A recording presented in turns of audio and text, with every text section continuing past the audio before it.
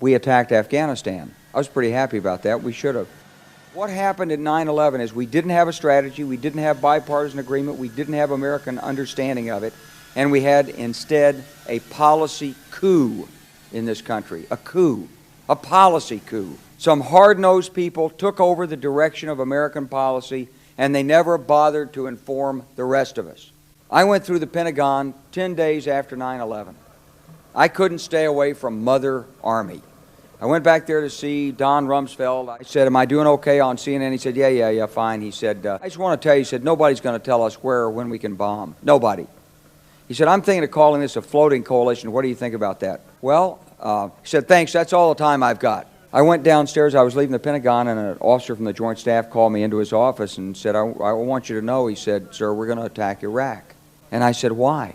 We don't know. I said, well, did they tie Saddam to 9/11? He said, no.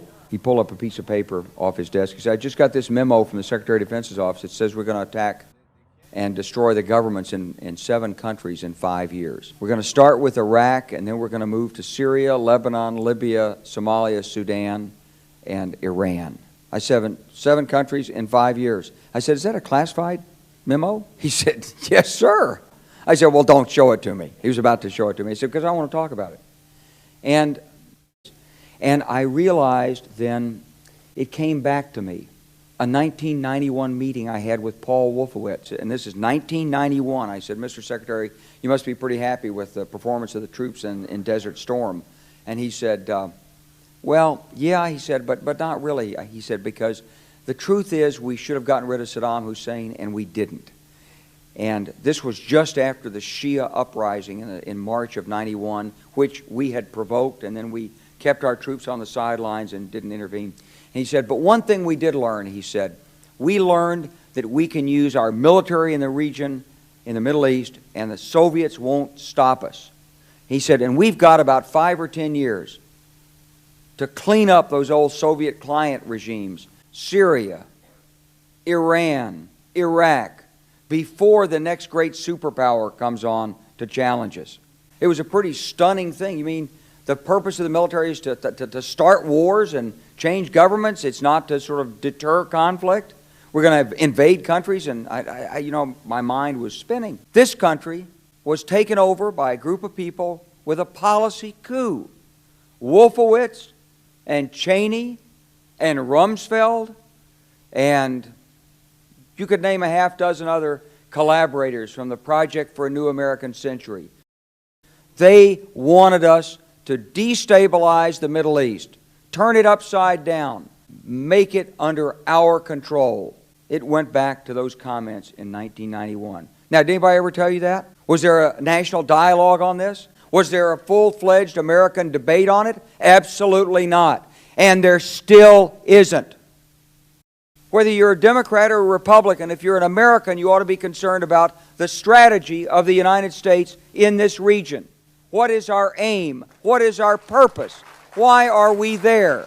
Why are Americans dying in this region? That is the issue. Because the goal is not to completely subjugate Afghanistan. The goal is to use Afghanistan to wash money out of the tax bases of the United States, out of the tax bases of European countries, through Afghanistan and back into the hands of a transnational security elite. That is the goal, i.e. the goal is to have an endless war, not a successful war. Hello there, on behalf of SDBullion.com, this is James Anderson with a quick SD Bullion market update. Before we go further, please smash the like button so other sound money stackers can also see this content. And be sure to subscribe to our SD Bullion channel so you can get our latest market coverages and also a chance at winning incredible bullion giveaways like this one. Raise your hand if you like free stuff. We were going to give away a free tube of the brand new 2021 Silver Eagle coins. Then we said, nah, make it 25 tubes. SD Bullion is giving away a monster box of 2021 Silver Eagles. How many coins are in a monster box? Let's just say one lucky participant is going to be showing off their best celebratory dance moves with 500 shiny new silver bird friends. So head over to sdbullion.com/sweepstakes for your chance to win. Click the link below to enter your chance at winning this 2021 SD Bullion Type 2 American Silver Eagle Coin Monster Box giveaway of 500 Silver Eagle coins. Official sweepstakes rules can be found at www.sdbullion.com/sweepstakes. Good luck to all of you who enter and for your chance to win. It was a mixed week for the respective silver spot price, moving down slightly, and gold spot price, testing but failing to clear 1800, going up slightly for the week. As a result, the gold-silver ratio keeps climbing, and it's likely closing at 77.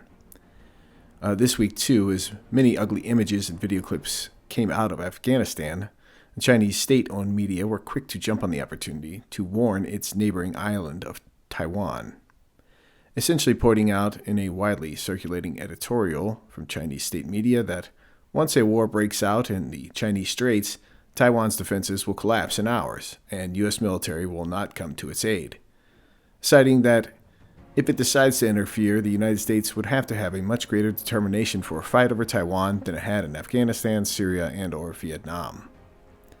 As well, too, yesterday, a poorly translated article was published regarding the Chinese Gold Association, stating a large number for Chinese gold reserves proven in their ground as the end of 2020.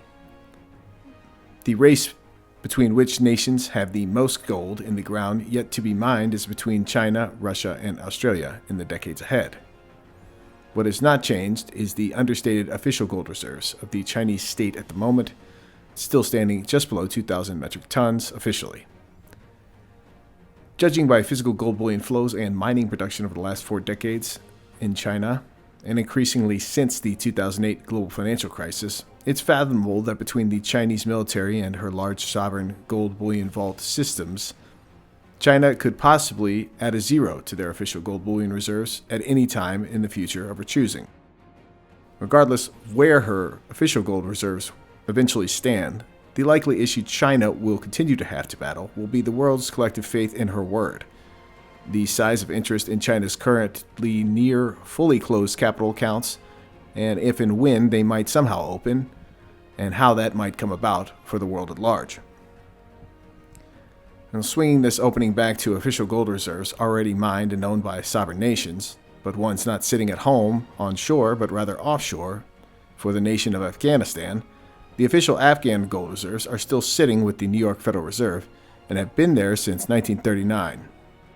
There, the nation has over 703 million ounces in the basement of the New York Fed building. But to no surprise, the U.S. Treasury and OFAC just froze known Afghan financial accounts in the hopes to block Taliban leaders from accessing billions in Afghans' foreign coffers. Now, turning our attention to our neighbors north of the border, up in Canada, the following comment by current Prime Minister of Canada, who is in the middle of running a snap election, should be worrisome for anyone seeking future financial restraint in that nation if he wins the election. I don't know, when I think about the biggest, most important economic policy this government, if re-elected, would move forward, you'll forgive me if I don't think about monetary policy. In a bit of bad news, good news regarding the seemingly lawless financial and commodity market price discovery we've witnessed for the last decade plus, good news is that an Illinois judge ruled this last week that 4 former J.P. Morgan precious metals traders will stand trial beginning on October 19, 2021. One of these former traders is Michael Nowak, the once co-managing director of the Megabank's precious metals derivative trading desk. The trial will cover years of alleged criminality beginning when J.P. Morgan inherited Bear Stearns' naked silver short bankrupt desk in 2008, all the way into the year 2016.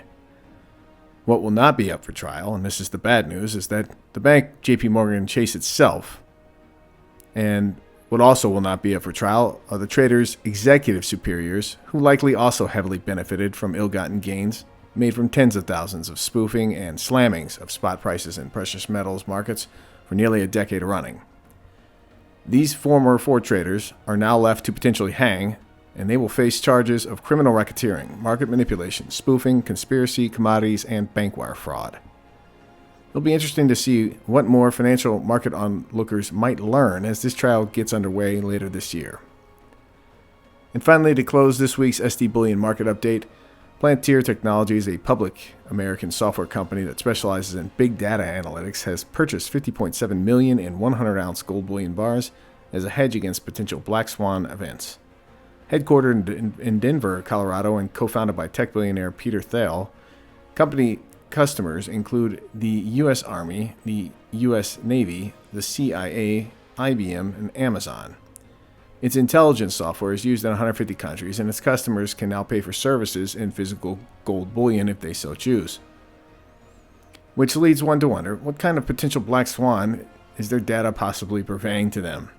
And will a trend of publicly traded companies, organizations, and other institutions buying bullion as payment hedges, will it begin to become more widespread? Or will, like most people, get caught owning no bullion or physical monetary metals in the severe case, for instance, of a failure of the internet and or power grids, somehow prolonging for weeks or even months at some point in our future? That's all for this week's SD Bullion Market Update. As always, to you out there, take great care of yourselves and those you love. If you enjoyed this content, be sure to give our video a thumbs up. To keep getting bullion-related news and industry insights, be sure to subscribe to our channel. Finally, hit that alert button so you know when we publish fresh content.